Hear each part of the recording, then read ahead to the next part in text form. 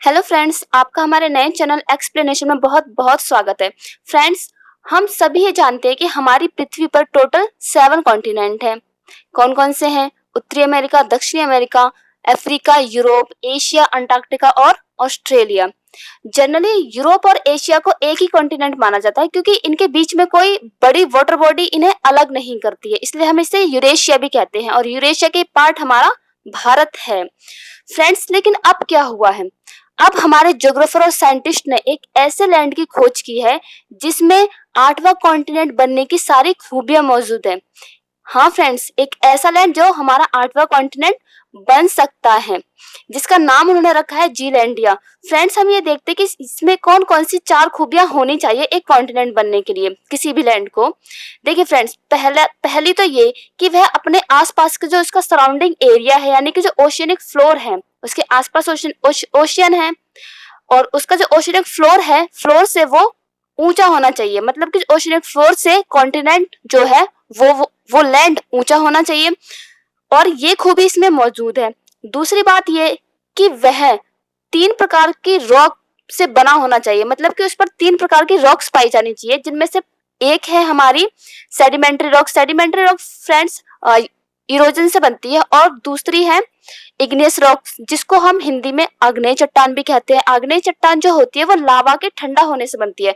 और तीसरी है हमारी मेटामॉर्फिक रॉक्स, जिसको हम कायांतरित चट्टान भी कहते हैं। कायांतरित जो चट्टान होती है वो हाई प्रेशर और हाई टेम्परेचर के कारण इग्नियस और जो हमारी सेडिमेंट्री रॉक होती है इनमें ही चेंज होने के कारण बनती है। तो फ्रेंड्स, इसमें ये दूसरी कंडीशन भी मौजूद है। तीसरी बात यह है कि वो जो एरिया है जिसकी खोज की गई है बहुत बड़ा होना चाहिए और साथ में वो वेल डिफाइंड होना चाहिए।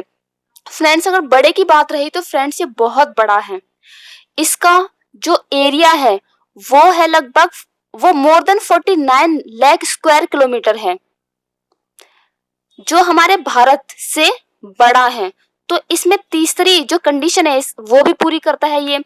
चौथी जो कंडीशन है, यानी कि चौथी जो खूबी होनी चाहिए उसमें वो ये है कि जो लैंड है वो अपना जो जो ओशियनिक फ्लोर है उससे मोटा और कम डेंस होना चाहिए।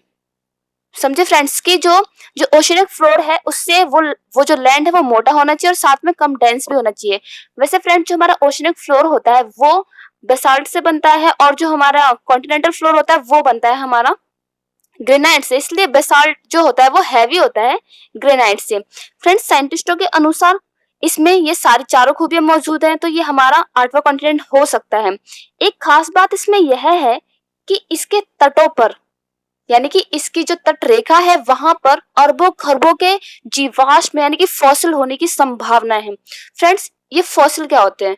देखिए, कभी कालांतर में लाखों वर्षों पहले कभी जो हमारी वनस्पतियां, पेड़ पौधे और जो जीव जंतु जो धरती में यानी जो भूमि में दब गए थे, वो लाखों वर्षों बाद धीरे धीरे पेट्रोलियम और जो गैस होती है उनमें ना कन्वर्ट हो जाते हैं। यानी कि जीवों के जो अवशेष है, जीवाश्म यानी जीवों के अवशेष, वो किस में कन्वर्ट हो जाते हैं? जीव, पेट्रोलियम और गैस और इसी तरह के और जो हमारे नेचुरल रिसोर्सेज है उसमें। तो ये इसमें होने की बहुत ज्यादा संभावना है। फ्रेंड्स, चलिए आपको एक बात बताती हूँ। इसमें अगर आप किसी चीज की तैयारी भी कर रहे हैं ना, जैसे यूपीएससी के किसी की भी, तो आप हो सकता है अगर आप यूज कर सके इसको तो आप अपने आंसर में ना इस बात को यूज कर सकते हैं। देखिए फ्रेंड्स, हमें पता है कि हमारा जो पूरा विश्व है वो एक बहुत बड़ी चिंता से इस वक्त गुजर रहा है। वो चिंता क्या है कि नेचुरल रिसोर्सेज खत्म होने वाले हैं, खत्म होते जा रहे हैं, क्योंकि इस पर बहुत ज्यादा प्रेशर पड़ रहा है। किसका? जनसंख्या का, क्योंकि जनसंख्या हमारी तेजी से बढ़ रही है और हमारे नेचुरल रिसोर्सेज क्या है? सीमित है। तो यहाँ पर इस तरह की जो खोज होती है ना वो इस चिंता को कहीं ना कहीं बहुत बहुत तो नहीं लेकिन कुछ हद तक वो कम कर देती हैं। तो इसलिए ये जो फॉसिल जिनकी संभावना है यहाँ पे, ये हमारे लिए इम्पोर्टेंट हो सकता है। ओके फ्रेंड्स, ठीक है फ्रेंड्स, आगे बढ़ते हैं। अच्छा फ्रेंड्स, इसके लोकेशन के बारे में थोड़ी बात करते हैं। ये जो जीलैंडिया है ना, ये हमारा जो ऑस्ट्रेलिया है, ऑस्ट्रेलिया के पूर्व में और जो हमारा प्रशांत महासागर है उसके दक्षिण पश्चिम में मौजूद है। ओके फ्रेंड्स, ठीक है। और फ्रेंड्स, अगर वैसे जो साइंटिस्ट है हमारे, उन्होंने यहाँ पर एक बात कही है कि लाखों वर्ष पहले जो जीलैंडिया है ये ऑस्ट्रेलिया से ही अलग टूटकर अलग हो गया था और पानी में डूब गया था। फ्रेंड्स, आज इसका 94% जो हिस्सा है वो पानी में डूबा हुआ है। और ये देखिए फ्रेंड, जो हमारा जो ऑस्ट्रेलिया है ना, वो कभी एक सुपर कॉन्टिनेंट गोंडवाना लैंड का हिस्सा रहा था। अब ये गोंडवाना लैंड क्या है, थोड़े क्वेश्चन उठ रहे होंगे मन में। चलिए ठीक है, इसके बारे में थोड़ा जानते हैं।